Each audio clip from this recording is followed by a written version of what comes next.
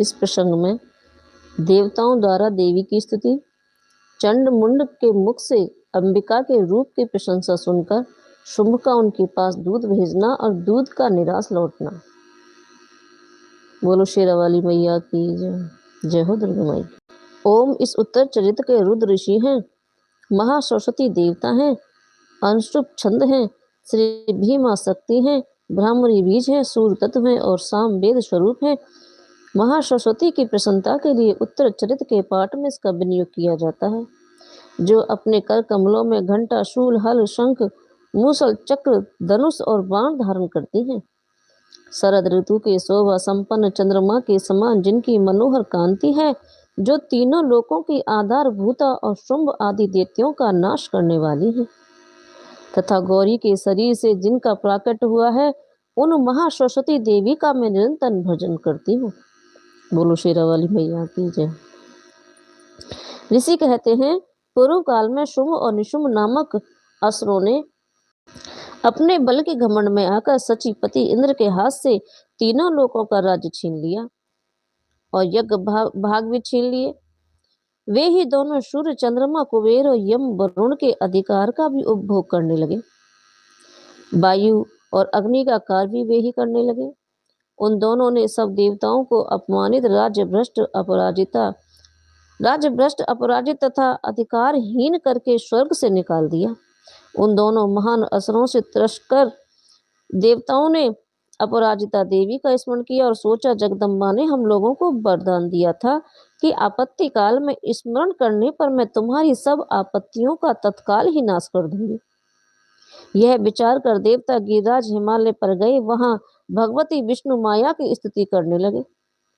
देवता बोले, देवी को नमस्कार है, महादेवी शिवा को सर्वदा नमस्कार है, प्रकृति एवं भद्रा को प्रणाम है। हम लोग नियम पूर्वक जगदम्बा को नमस्कार करते हैं, रुद्रा को नमस्कार है, नित्या गौरी एवं धात्री को बारंबार नमस्कार है, ज्योत्सना मई चंद्र रूपणी एवं शुक्र स्वरूपा देवी को सत प्रणाम है, शरणागतों का कल्याण करने वाली वृद्धि एवं सिद्धि रूपा देवी को हम बारंबार नमस्कार करते हैं। निश्वती राक्षसों की लक्ष्मी, राजाओं की लक्ष्मी तथा सर्वांगी शिव की पत्नी स्वरूपा आप हम जगदम्बा को हम बार बार नमस्कार करते हैं। दुर्गा, दुर्गपारा, दुर्गम संकट से पार उतारने वाली, सारा सबकी सारभूता, सर्वकारिणी, ख्याति कृष्णा धूम्रा देवी को सर्वदा नमस्कार है। अत्यंत सौम्य तथा अत्यंत रुद्र रूपा देवी को हम नमस्कार करते हैं। उन्हें हमारा नमस्कार है, उन्हें हमें हमारा बारंबार प्रणाम है। जगत की आधारभूता कृति देवी को बारंबार नमस्कार करते हैं। जो देवी सब प्राणियों में विष्णु माया के नाम से कही जाती हैं, उनको नमस्कार है, उनको नमस्कार है, उनको बारंबार नमस्कार है। जो देवी सब प्राणियों में चेतना कहलाती हैं, उनको नमस्कार, उनको नमस्कार, उनको बारंबार नमस्कार है। जो देवी सब प्राणियों में बुद्धि रूप से स्थित हैं, उनको नमस्कार, उनको नमस्कार, उनको बारंबार नमस्कार है। जो देवी सब प्राणियों में निद्रा रूप से स्थित हैं, उनको नमस्कार, उनको नमस्कार, उनको बारंबार नमस्कार है। जो देवी सब प्राणियों में क्षुधा रूप से स्थित हैं, उनको नमस्कार, उनको नमस्कार, उनको बारंबार नमस्कार है। जो देवी सब प्राणियों में छाया रूप से स्थित हैं, उनको नमस्कार, उनको नमस्कार, उनको बारंबार नमस्कार है।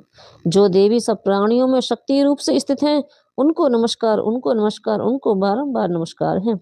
जो देवी सब प्राणियों में तृष्णा रूप से स्थित हैं, उनको नमस्कार, उनको नमस्कार, उनको बारंबार नमस्कार है। जो देवी सब प्राणियों में शांति क्षमा रूप से स्थित है, उनको नमस्कार, उनको नमस्कार, उनको बारंबार नमस्कार है। जो देवी सब प्राणियों में जाति रूप से स्थित है, उनको नमस्कार, उनको नमस्कार, उनको बारंबार नमस्कार है। जो देवी सब प्राणियों में लज्जा रूप से स्थित है, उनको नमस्कार, उनको नमस्कार, उनको बारंबार नमस्कार है। जो देवी सब प्राणियों में शांति रूप से स्थित है, उनको नमस्कार, उनको नमस्कार, उनको बारंबार नमस्कार है। जो देवी सब प्राणियों में श्रद्धा रूप से स्थित है, उनको नमस्कार, उनको नमस्कार, उनको बारंबार नमस्कार है। जो देवी सब प्राणियों में कांति रूप से स्थित है, उनको नमस्कार, उनको नमस्कार, उनको बारंबार नमस्कार है। जो देवी सब प्राणियों में लक्ष्मी रूप से स्थित है, उनको नमस्कार, उनको नमस्कार, उनको बारंबार नमस्कार है। जो देवी सब प्राणियों में व्यक्ति रूप से स्थित है, उनको नमस्कार, उनको नमस्कार, उनको बारंबार नमस्कार है। जो देवी सब प्राणियों में जो देवी सब प्राणियों में दया रूप से स्थित है, उनको नमस्कार, उनको नमस्कार, उनको बारंबार नमस्कार है। जो देवी सब प्राणियों में तुष्टि रूप से स्थित है, उनको नमस्कार, उनको नमस्कार, उनको बारंबार नमस्कार है। जो देवी सब प्राणियों में माता रूप से स्थित है, उनको नमस्कार, उनको उनको बारंबार नमस्कार है। जो देवी सब प्राणियों में भ्रांति रूप से स्थित है, उनको नमस्कार, उनको नमस्कार, उनको बारंबार नमस्कार है। जो जीवों के इंद्र वर्ग की अधिष्ठात्री देवी एवं सब प्राणियों में सदा व्याप्त रहने वाली हैं, उन व्याप्ति देवी को बारंबार नमस्कार है। जो देवी चैतन्य रूप से संपूर्ण जगत को व्याप्त करके स्थित हैं, उनको नमस्कार, उनको नमस्कार, उनको बारंबार नमस्कार है। पूर्व काल में अपने अभिष्ट की प्राप्ति होने से देवताओं ने जिनकी स्तुति की तथा देवराज इंद्र ने बहुत दिनों तक जिनका सेवन किया, वह कल्याण की साधन भूता ईश्वरी हमारा कल्याण करें, मंगल करें तथा सारी आपत्तियों का नाश कर डालें। उद्दंड दैत्यों से सताए हुए हम सभी देवता जिन परमेश्वरी को इस समय नमस्कार करते हैं तथा जो भक्ति से नम्र पुरुषों द्वारा स्मरण किए जाने पर तत्काल ही संपूर्ण विपत्तियों का नाश कर देती हैं, वे जगदम्बा हमारा संकट दूर करें, सबका संकट दूर करें। ऋषि कहते हैं, राजन, इस प्रकार जब देवता स्तुति कर रहे थे, उस समय पार्वती देवी गंगा जी के जल में स्नान करने के लिए वहां आई थी। उन सुंदर बाहों वाली भगवती ने देवताओं से पूछा कि आप लोग यहाँ किसकी स्तुति करते हैं। तब उन्हीं के शरीर कोश से प्रकट हुई शिवा देवी बोली कि ये शुंभ दैत्य से त्रस्कर, जो शुंभ राक्षस हैं, शुंभ दैत्य से त्रस्कर और युद्ध में निशुंभ से पराजित हो यहाँ एकत्रित हुए समस्त देवता मेरी ही स्तुति कर रहे हैं। पार्वती पार्वती जी के शरीर कोश से अंबिका का प्रादुर्भाव हुआ था।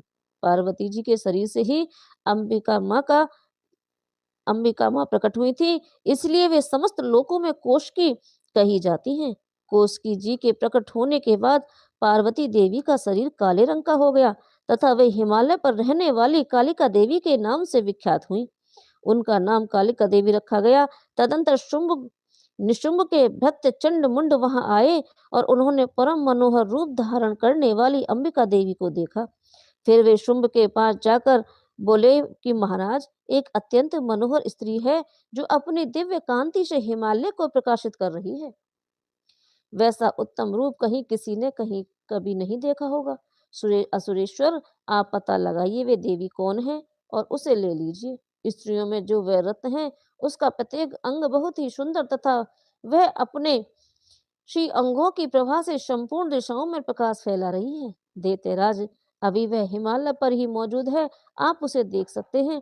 हे प्रभु, तीनों लोकों में मणि, हाथी, घोड़े आदि जितने भी रत्न हैं, वे सब इस समय आपके घर में शोभा पाते हैं। हाथियों में रत्नभूत ऐरावत, यह पारिजात का वृक्ष और उच्च शोभा घोड़ा, यह सब आपने इंद्र से ले लिया है। हंसों से जुता हुआ विमान भी आपके आंगन में शोभा पाता है।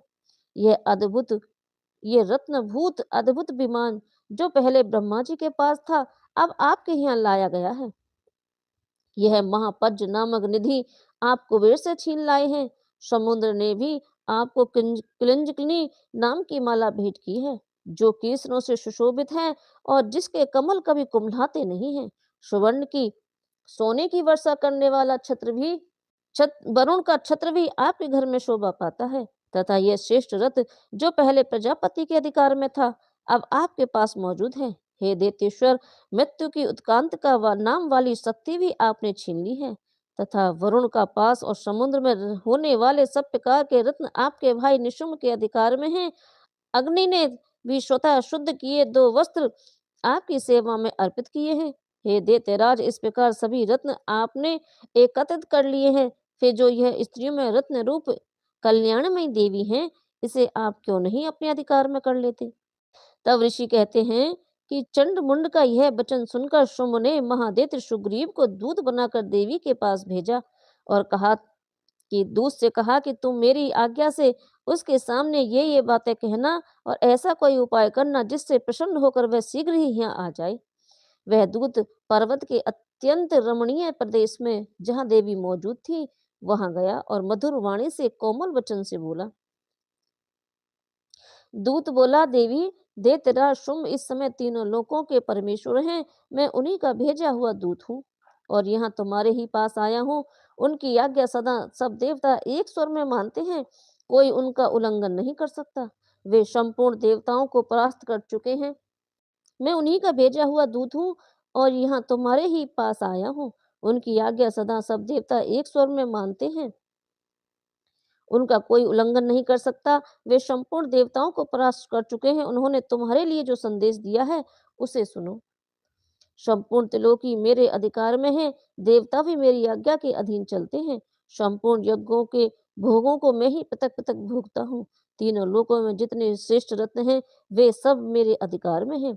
देवराज इंद्र का वाहन ऐरावत जो हाथियों में रत्न के समान है मैंने छीन लिया है। क्षीर सागर का मंथन करने में जो अश्वरत्न उच्च शोभा प्रकट हुआ था उसे देवताओं ने मेरे पैरों में पड़कर समर्पित कर दिया है। सुंदरी उनके सिवा और भी जितने रत्नभूत पदार्थ देवताओं गंधर्वों नागों के पास थे वे सब मेरे ही पास आ गए हैं। देवी हम लोग तुम्हें संसार की स्त्रियों में रत्न मानते हैं, अतः तुम हमारे पास आ जाओ क्योंकि रत्नों का उपभोग करने वाले हम ही हैं। चंचल कटाक्षों वाली सुंदरी तुम मेरी या मेरे भाई महापराक्रमी निशुंभ की सेवा में आ जाओ, क्योंकि तुम रत्न स्वरूपा हो। मेरा वरण करने से तुम्हें तुलना रहित महान ऐश्वर्य की प्राप्ति होगी। अपनी बुद्धि से यह विचार कर तुम मेरी पत्नी बन जाओ। तब ऋषि कहते हैं, दूत के यूं कहने पर कल्याणमयी भगवती दुर्गा देवी जो इस जगत को धारण करती हैं मन ही मन गंभीर भाव से मुस्कुराई और इस प्रकार बोली। माँ कहने लगी, देवी ने कहा, दूत तुमने सत्य कहा है, इसमें तनिक भी मिथ्या नहीं है, इसमें कोई झूठ नहीं है कि शुंभ तीनों लोकों का स्वामी है और निशुंभ भी उसी के समान पराक्रमी है।